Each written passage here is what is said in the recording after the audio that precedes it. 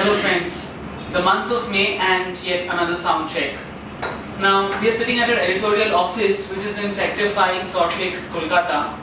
Right next door is a building where we saw last year how with so much pomp 4 dailies were launched, one Bengali, one English, one Hindi and one Urdu, and also along with it was launched a Bengali magazine. And today all 5 have shut shop.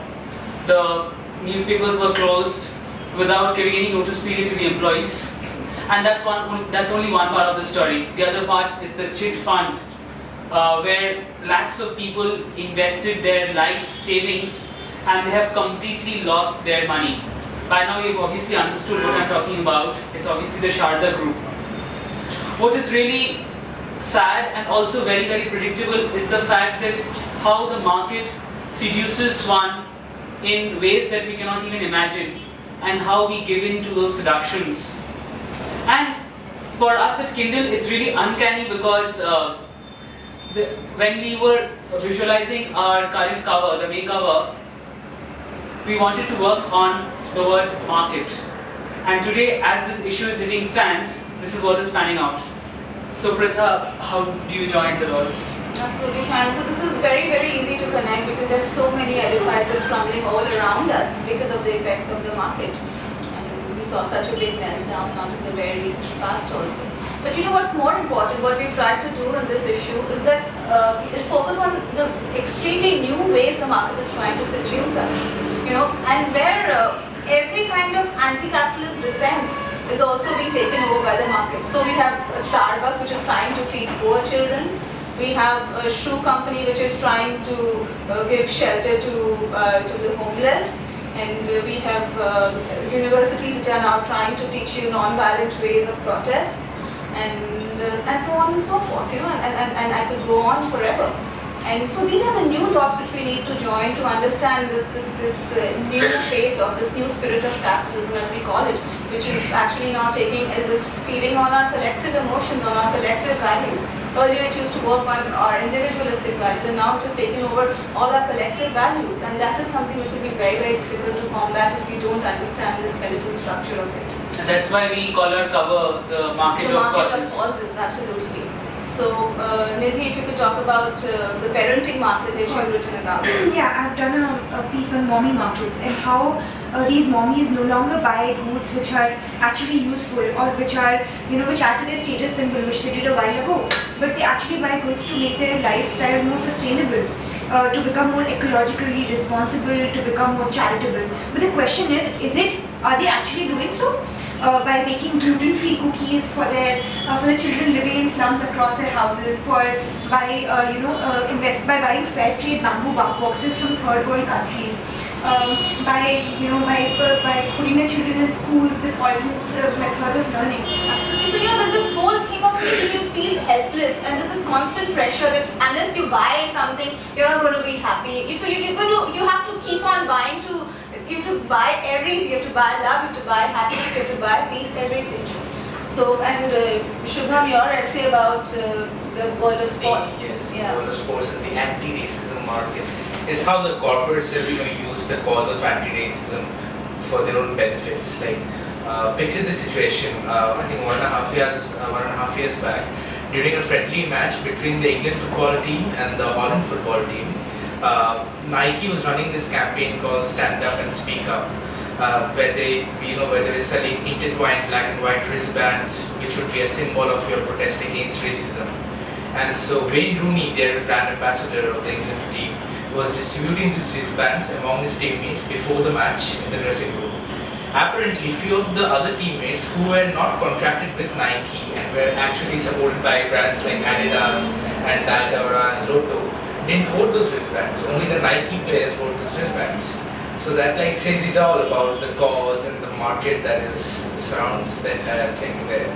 We also have other examples like how why UEFA organized Euro 2012 in Poland and Ukraine, knowing it was such a racist country. So there are a lot of questions, but pointing out to these corporates and these governing bodies about how they use this cause for their own benefits, monetary benefits.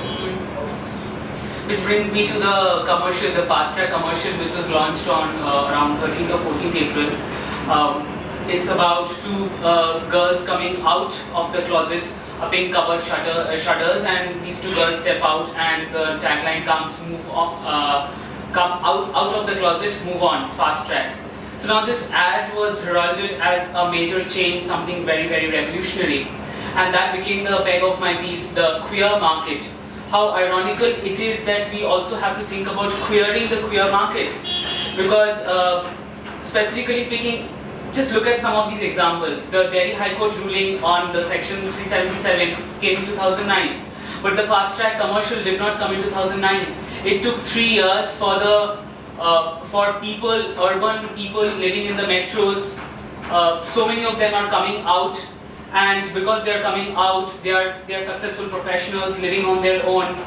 They live in their own apartments. So this is a new emerging market. So it makes perfect business sense for a youth luxury brand to come out with a commercial like that. So how revolutionary is that? So that is one question. If we look at a magazine like Outlook, it came out with an issue in its 15th April cover, Women in Love. It profiles 5 couples, lesbian couples, all settled in the metros, and all talk about going for exotic vacations and eating out in plush restaurants. Now the question is, do I have a problem with market? That's not the question. The question is, when the market co-opts a movement and it completely shadows a large part of the story, that completely loses its credibility. So that the movement is hijacked, it creates hierarchies within the movement, and it's completely hijacked. So yeah, so that's the cover story. And there are 2 other markets as well, the green market and the protest market. So that's a cover, more or less, a very, very postmodern, dystopian take on the times that we live in. And it's a very, very disturbing cover that we have, go through it.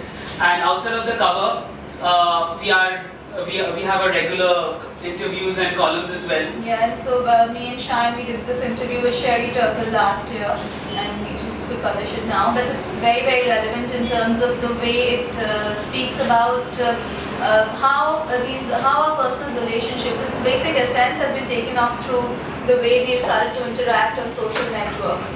So that's one interesting interview to read.